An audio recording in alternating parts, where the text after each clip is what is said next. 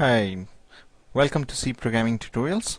This tutorial is continuation of the previous tutorial. So if you haven't watched the previous tutorial, please click on the link on the screen and to go to the previous tutorial, because this is just you won't be able to follow as much if you just start from here.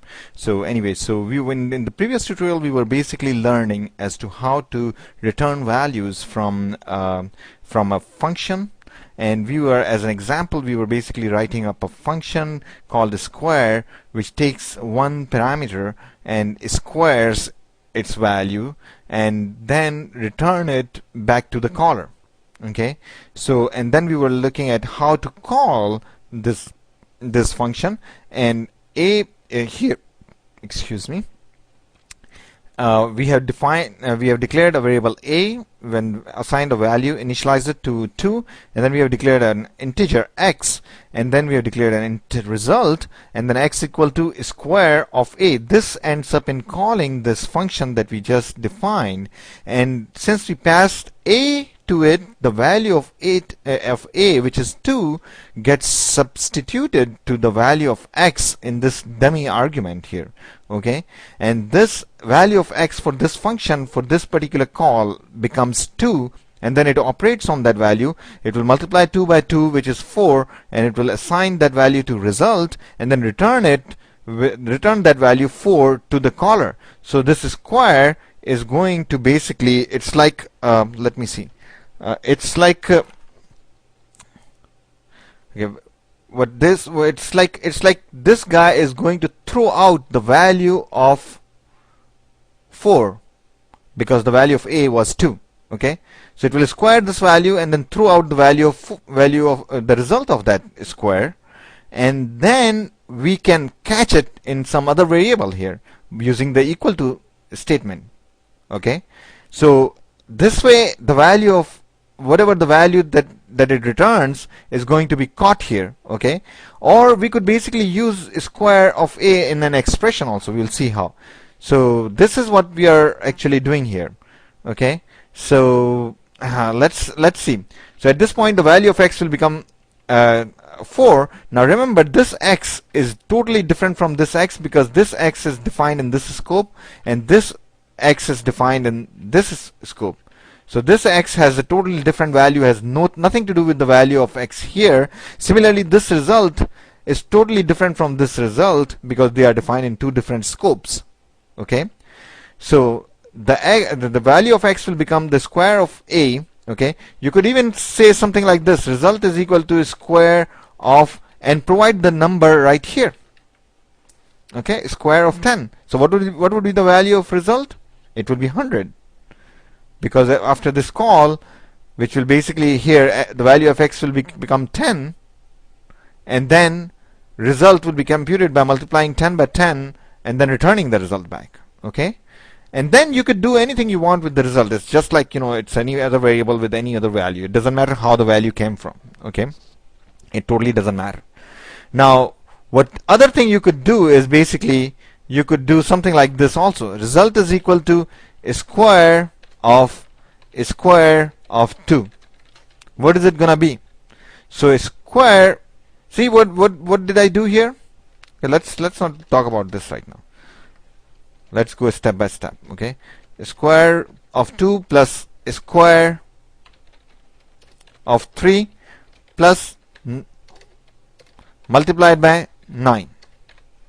Okay, what is gonna happen here? What would be the value of result? Let's look at it. Okay, so square of 2, what is this thing going to return? It's going to return 4. So this will be substituted by 4. Okay, so it's going to be 4 plus, and this thing is going to be substituted by 3 square, which is 9.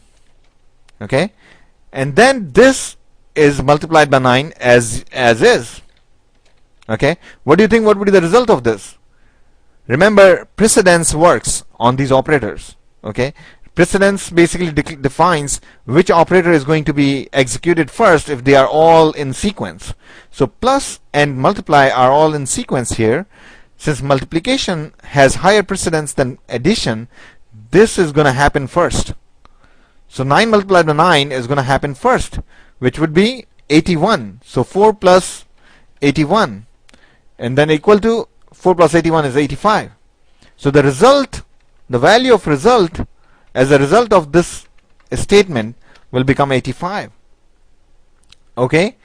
Or you could do what I was going to do first, square of 2. What does that mean? Look at this, what I did here. Okay? We passed 2. What's going to happen first? This is going to happen first. Not this, because this cannot happen first unless we know the value of this thing. And to compute the value of this thing, it will be called here. So there are two nested calls. One call, and then after that another call. Sorry. So the 2 is going to be, it will be, the square is going to be called first here, and 2 will be passed to it. So what's going to be the value of x here? X is equal to 2. So 2 2s are 4. That's going to result in 4, and this whole thing will be replaced. It will return 4. So this will be replaced by 4. So it will become a square, this is square of 4, which is the result of this square of 2. Okay? And then it will be called, this function will be called again. But this time it will be called by passing the value of x as 4. And then it will result in 4 times 4, which is 16. So the result of this whole thing would become 16. And the value of result will be 16. It's like doing a square of 2, which is 2 raised to the power 4. 2 multiplied by 2 multiplied by 2 multiplied by 2. It's the same thing. Okay? So this is how you do it. So we saw how to basically pass the parameters and how to return the values from the functions. There can be multiple parameters depending upon the function itself. If it has to operate on multiple parameters, you could basically pass multiple parameters to it. And then we learned one important thing. You can pass the call to a function. You can call a function and pass its return value as the parameter back to some other function or the same function. Okay? And here we basically called this function and passed the value returned by this into that function again. So that function got operated twice, once with this value, and second the result of this value, and then the result was this total. And you could if you want, you could basically have you can throw in another call here, a square of this whole thing.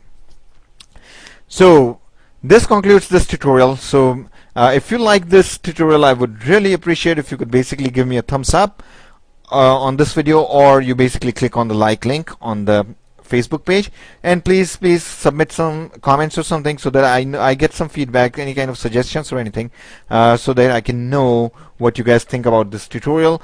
And if you have any suggestion about which topic I should cover next, that would be really nice too. Thank you so much.